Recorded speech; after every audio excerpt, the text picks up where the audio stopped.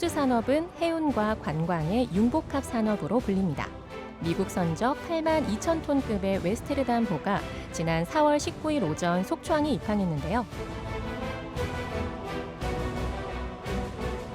이날 크루즈 관광객 1,725명은 속초와 양양 고성 지역의 문화관광지를 방문했습니다.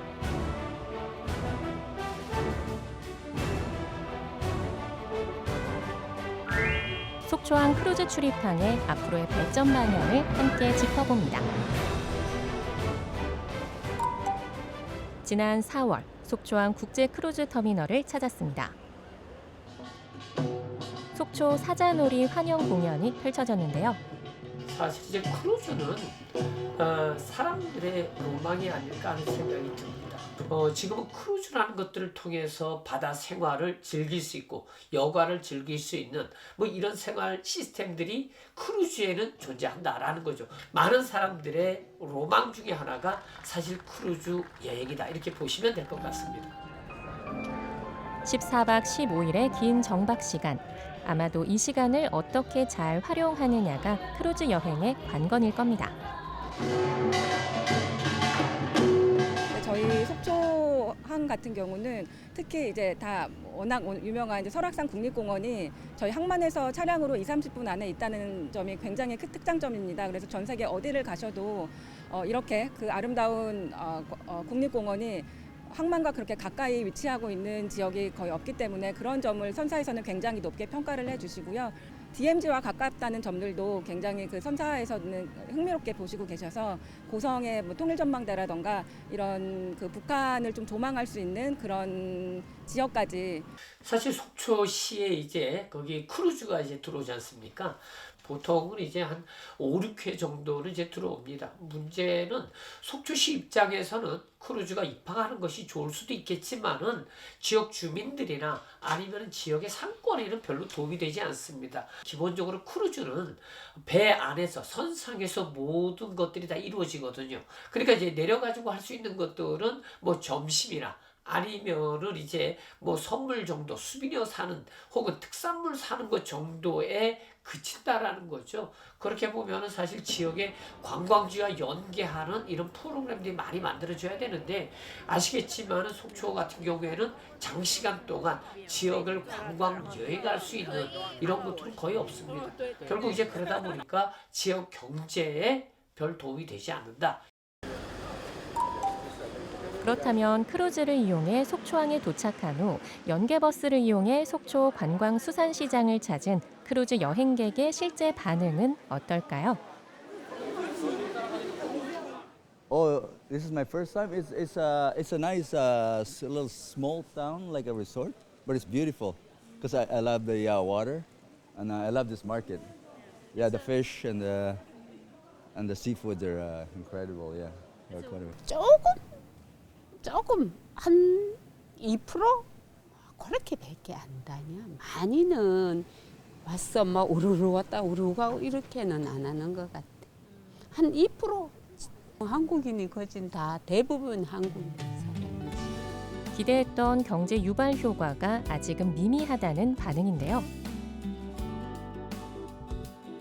전 세계적으로 보면 세계 크루즈가 가장 활성화되고 그 다음에 이제 크루즈에 대한 이미지가 상당히 좋은 지역이 두 군데가 있습니다.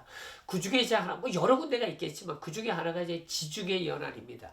지중해 연안은 많은 나라들을 크루즈가 옮겨 다니면서 관광 여행을 하게 이제 돼 있는 시스템들이거든요. 그러니까 이런 경우에는 다른 나라를 들린다는 장점도 있고요. 또 관광을 또 다양한 측면에서 한다는 측면도 있습니다. 그렇기 때문에 그 지역에 상당히 크루즈가 활성화되어 있고 또 1인당 GDP가 기본적으로 4만 달러를 넘어가야 활성화되는 것이 일반적입니다. 지난 6월 12일 속초항에서 코스타 세레나호가 일본 홋카이도로 출항했습니다.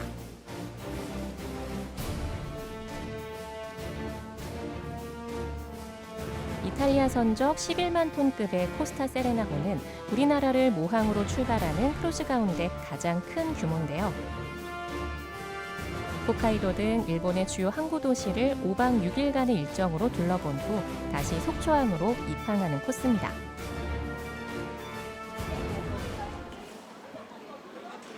코로나19 이후 3년 8개월 만에 재개된 크루즈 관광. 이 때문일까요? 이번 크루즈 여행에 거는 관광객들의 기대가 남다른데요. 전혀 보지 못했던 거니까 새로운 경험해보고 얼마나 첨단 크루즈를 만들었나 구경도 해보고 싶고 해서 겸사겸사.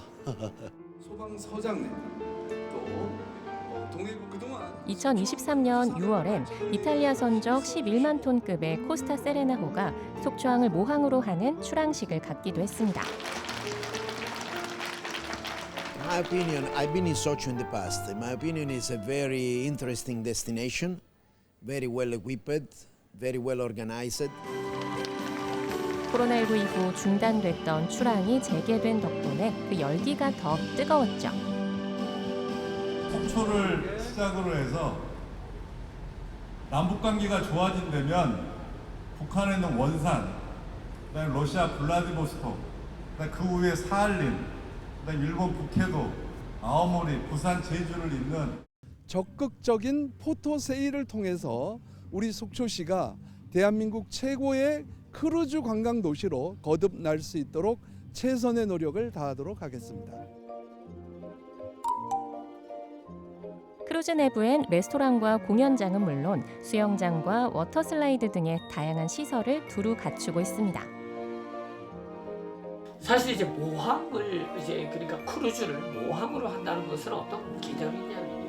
뭐 1년에 몇 번 하는 게 아니라 뭐 한 달에 한 번이건 한 달에 두 번이건 정규선을 운항할 수 있어야 되는 거죠. 근데 지금 속초항이 모항이라 하더라도 정기적으로 뭐 한 달에 두 번, 뭐 한 달에 세 번 이렇게 운항하는 게 아니란 말이죠. 1년에 몇 번에 그치고 있기 때문에 사실 이것이 활성화되기 위해서는 먼저 정기적인 노선 확보가 필요하다 하는 생각이 들고요. 그리고 속초항의 크루즈가 활성화되기 위해서는 동해안 지역에 좀 선택과 집중이 필요하다. 무슨 얘기냐면 지금 이제 동해안, 묵호항 쪽에서도 지금 크루즈를 하겠다는 거 아닙니까? 근데 이제 수요는 제한적인데 이렇게 이제 두 군데, 세 군데 나눠지게 되면 수익성이 많이 떨어지게 됩니다. 업체 입장에서는. 그러다 보면 사실 사업을 오랫동안 지속할 수가 없게 될 것이다. 따라서 속초시는 크루즈 항을 중심으로 뭐 움직이면 될 것 같고, 동해시 같은 경우는 페리를 중심으로 움직이면 될 것 같고, 동해항은 뭐 화물을 중심으로 하면 될 것 같습니다. 이러한 것들을 염두에 두고 선택과 집중을 한다 그러면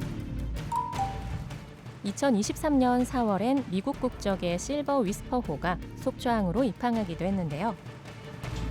사실 이거는 정치적 관계와 상당히 밀접하다고 보여집니다.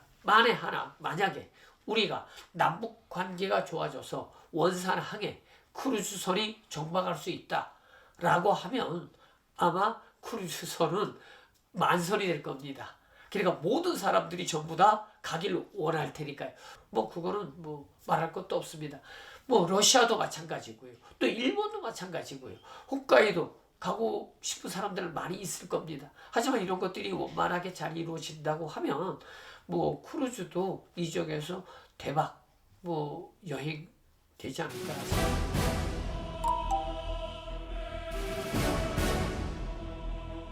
속초시는 국제 크루즈 박람회 참가와 포트 세일을 통한 글로벌 크루즈 선사 유치를 위해 강원 관광재단과 함께 해외 마케팅을 추진 중인데요. 앞으로 글로벌 크루즈 시장에서 속초항의 입지를 보다 더 폭넓게 넓혀가길 기대합니다.